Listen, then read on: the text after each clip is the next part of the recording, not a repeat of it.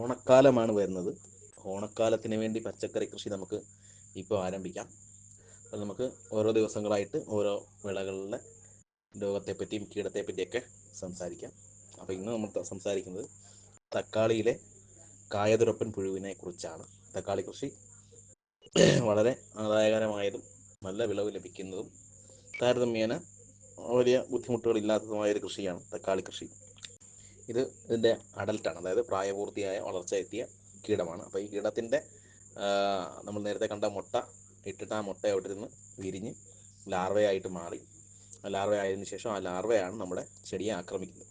അപ്പോൾ ഈ ലാർവയുടെ മുട്ട അവിടെ കൊണ്ടിടുന്നത്, ഈ കീടത്തിന് മുട്ട ഇടുന്ന അഡൽട്ടാണ് നമ്മൾ കാണുന്നത്. അപ്പോൾ ഇതാണ് നമ്മുടെ തോട്ടത്തിലൊക്കെ നമ്മൾ എവിടെയെങ്കിലുമൊക്കെ കാണുമ്പോൾ ഒരുപക്ഷെ നമ്മൾ അതിന് ഒന്നും ചെയ്യാറില്ല, നമുക്കറിയത്തില്ല ഇത്. പക്ഷേ ഇതാണ് ഒന്ന് മുട്ടയിട്ടിട്ട് ഈ കുഞ്ഞ് ലാർവയായിട്ട് മാറി നമ്മുടെ തക്കാളി നശിപ്പിക്കുന്നത്. അപ്പോൾ ഇതിന് നമുക്ക് ജൈവ മാർഗത്തിൽ നമുക്കിതിനെ നിയന്ത്രിക്കാൻ പറ്റുന്നത്, ഒന്ന് നമ്മൾ തക്കാളി കൃഷി ചെയ്യുന്നതിനൊപ്പം തന്നെ ഒരു ബന്ദി കൂടി കൃഷി ചെയ്യാൻ നമ്മൾ തയ്യാറാണ്. അതായത് ഈ അഗ്രോ എക്കോളജിക്കൽ എഞ്ചിനീയറിംഗ് എന്ന് പറഞ്ഞൊരു പ്രോസസ്സാണ് ഇത് ബന്ദി കൃഷി ചെയ്യുക എന്ന് പറയുന്നത്. അപ്പോൾ ഇത് ചെയ്താൽ ഒന്ന് ഇത്തരത്തിലുള്ള കീടങ്ങളുടെയൊക്കെ ആക്രമണത്തിൻ്റെ തോത് കുറയ്ക്കാൻ പറ്റും. രണ്ട് വേര് തിന്നുന്ന നിമാവിരകളുടെയൊക്കെ, നിമാറ്റോഡ്സ് എന്ന് പറയുന്ന അതിൻ്റെയൊക്കെ അത്തരം കീടങ്ങളുടെ ആക്രമണം ഒരു പരിധി വരെ കുറയ്ക്കാൻ സാധിക്കും. അപ്പോൾ ഇത് ചെയ്യണമെങ്കിൽ ഇതിൻ്റെ ഒരു മാർഗം, ഒന്നുകിൽ ഇത് ബോർഡർ ക്രോപ്പായിട്ട് ചെയ്യുക, അതായത് നമ്മൾ തക്കാളി തോട്ടം ഉണ്ടാക്കിയ ശേഷം അതിൻ്റെ ചുറ്റിനും ആയിട്ട് നമുക്ക് നടാം, ഒരു ബോർഡർ പോലെ ഒന്നുകിൽ ഇത് നടാം, ബന്ദി നടാം. അതല്ല എങ്കിൽ നമ്മളൊരു 6 ബന്ദി നട്ടതിന് ശേഷം 6 തക്കാളി നട്ടതിന് ശേഷം ഒരു ബന്ദി എന്നുള്ള തരത്തിലായിരിക്കണം തോട്ടം അറേഞ്ച് ചെയ്യുന്നത്. അല്ലെങ്കിൽ 5 തക്കാളി നട്ടതിന് ശേഷം ഒരു ബന്ദി എന്നുള്ള തരത്തിൽ അറേഞ്ച് ചെയ്ത് കഴിഞ്ഞാൽ ഒരു പക്ഷേ ഇച്ചിലൂടെ എഫക്റ്റീവ് ആണെന്ന് തോന്നുന്നു. അപ്പോൾ അത് ആ രീതിയിൽ ചെയ്യുന്നതായിരിക്കും നല്ലത്. അല്ലെങ്കിൽ നിരകളാണെങ്കിൽ 6 നിരയ്ക്ക് ശേഷം ഒരു നിര മുഴുവനായിട്ട് ബന്ദി കൃഷി ചെയ്യുക. അപ്പോൾ ബന്ദി കൃഷി ചെയ്യുന്നതും ഓണത്തിന് നമുക്ക് നേട്ടമാണ്, തക്കാളി കൃഷി ചെയ്യുന്നതും ഓണത്തിന് നമുക്ക് നേട്ടമാണ്. അപ്പോൾ ഈ രണ്ട് രീതി, ഒന്നിൽ നമുക്ക് ഈ കീടത്തെ നിയന്ത്രിക്കാൻ വേണ്ടി മാത്രമായിട്ട് നമുക്ക് ബന്ദി കൃഷി ചെയ്യാം. അതല്ലെങ്കിൽ നേരത്തെ ഈ ചിത്രത്തിൽ കാണുന്ന പോലെ തന്നെ നമുക്ക് ബോർഡറിൽ ചെയ്ത് കഴിഞ്ഞാൽ നമുക്കത് ഒരുപാട് പൂ കിട്ടും. അതല്ല തക്കാളി ഒരു വാരത്തിൽ വേണമെങ്കിൽ ബന്ദി ഒരു വാരത്തിൽ, അപ്പോൾ അതുപോലെ അങ്ങനെ ആൾട്ടർനേറ്റായിട്ട് അല്ലെങ്കിൽ ഒന്നര വാരങ്ങളിലൊക്കെ പച്ചക്കറി ഇതുപോലെ ബന്ദി ഉപയോഗിച്ച് തന്നെ ചെയ്യാം. അതിപ്പോൾ ചെയ്ത് തുടങ്ങണം. നമുക്ക് ഇതൊന്ന് ഈ 20-25 മുമ്പ് തന്നെ ബന്ദി നടാൻ പറ്റണം, എങ്കിലേ നമുക്ക് പൂ കൃത്യമായിട്ട് കിട്ടത്തുള്ളൂ. പക്ഷെ തക്കാളി കുഴപ്പമില്ല. അപ്പോൾ ഇങ്ങനെ ചെയ്യുന്ന ആഗ്രോ എക്കോളജിക്കൽ എഞ്ചിനീയറിംഗ് എന്ന് പറയുന്ന മാർഗം നമുക്ക് വേണമെങ്കിൽ നമുക്ക് ഫോളോ ചെയ്യാവുന്നതാണ്.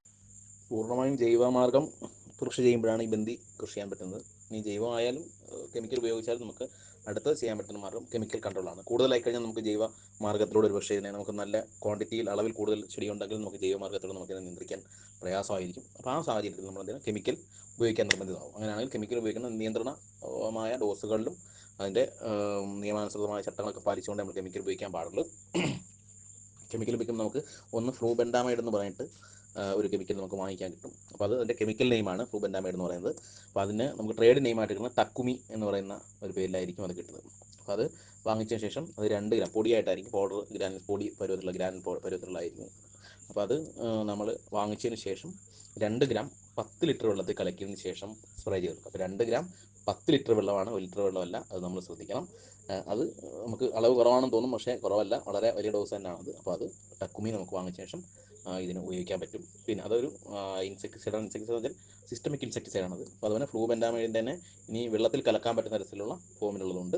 അത് നമുക്ക് ഫെയിം എന്നാണ് പേരിൽ നമ്മൾ അറിയപ്പെടുന്നത്. അതിൻ്റെ ട്രേഡ് നെയിം അതാണ്, ഫെയിമാണ്. 2 മില്ലി 10 ലിറ്റർ വെള്ളത്തിൽ വേണം കലക്കിയതിന് ശേഷം അത് ചെടികൾ സ്പ്രേ ചെയ്ത് കൊടുക്കാൻ. ഇനി അതുപോലെ തന്നെ കൊറാൻഡ്ര നിലിപ്രോൺ, ട്രേഡ് നെയിം നമ്മൾ നോക്കണ്ട, കൊറാജൻ എന്ന് പറയുന്നത് നമുക്ക് പൊതുവായിട്ട് വാങ്ങിക്കാൻ നമുക്ക് മാർക്കറ്റിൽ കിട്ടുന്നത് കൊറാജൻ എന്നാണ് അതിൻ്റെ പേര്.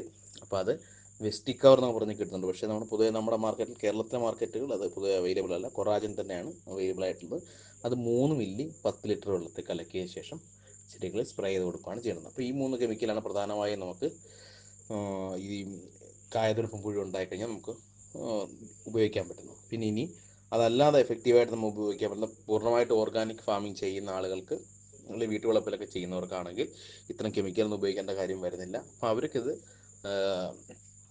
ബാസിലസ് തുരഞ്ചൻസിസ് എന്ന് പറയും, BTK എന്ന് പറയും. BTK എന്നാണ് അത് കിട്ടുന്നത്. ബാസിലസ് എന്ന് പറയും, ബാസിലസ് തുരഞ്ചൻസിസ്. ഇതൊരു ശരിക്കും ഒരു ബയോ കൺട്രോൾ ഏജൻറ്റാണ്.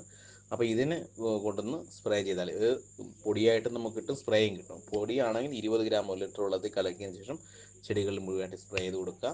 ഇനി അഥവാ ലിക്വിഡ് ആണെങ്കിൽ 5 മില്ലി 1 ലിറ്റർ വെള്ളത്തിൽ കലക്കിയതിന് ശേഷം സ്പ്രേ ചെയ്ത് കൊടുക്കുക. അപ്പോൾ ഇത് എഫക്റ്റീവായിട്ട് അതിൻ്റെ കീടത്തിൻ്റെ ദേഹത്ത് ആക്രമിക്കുകയും ഇതിനെ പൂർണ്ണമായിട്ടും ഇല്ലാതാക്കുകയും ചെയ്യുന്ന എഫക്റ്റീവായൊരു മാർഗ്ഗമാണിത്. പ്യുവർ ഓർഗാനിക്കാണ്. അപ്പോൾ ഇത് ഫോളോ ചെയ്യാൻ ഓർഗാനിക് ചെയ്യുന്നവർക്ക്. പിന്നെ ഇതിനകത്തിൽ നമ്മൾ കെമിക്കൽ റെക്കമെൻഡേഷനും എല്ലാ തരത്തിലുള്ള റെക്കമെൻഡേഷൻ ആരംഭിക്കുന്നതിന് മുമ്പായിട്ട് നമ്മൾ പാലിക്കേണ്ട ചില നിബന്ധനകളുണ്ട്, അല്ലെങ്കിൽ പ്രോട്ടോക്കോളുകളുണ്ട്. അപ്പോൾ അത് നമ്മൾ ആദ്യം തന്നെ പാലിക്കണം.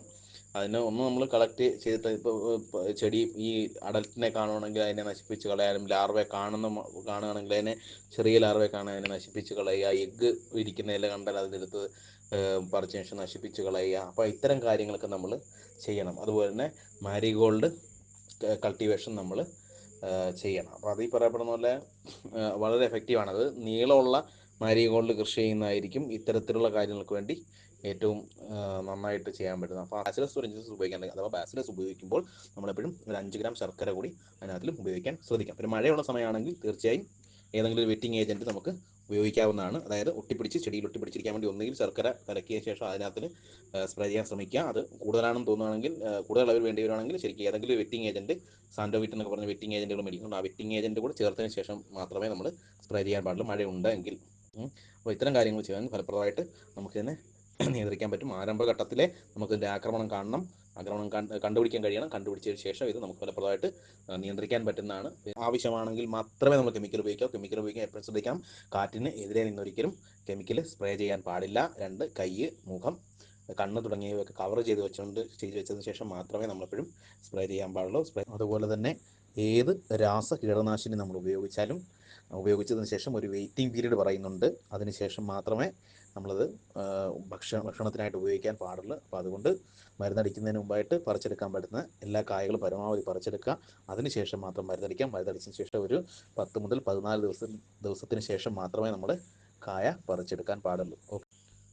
അപ്പോൾ ഇനി തക്കാളി കൃഷി ചെയ്യുമ്പോൾ ഈ കായതരിപ്പം പുഴുവിൻ്റെ പ്രശ്നം ഉണ്ടായിട്ട് നമുക്ക് വിളനാശം ഉണ്ടാകാൻ പാടില്ല. എല്ലാവരും ഇത് ഫലപ്രദമായിട്ട് നിയന്ത്രിക്കാൻ സാധിക്കണം. ഓക്കെ. അപ്പോൾ എല്ലാവർക്കും നന്നായിട്ടിത് കൃഷി ചെയ്യാൻ സാധിക്കട്ടെ. Okay, thank you.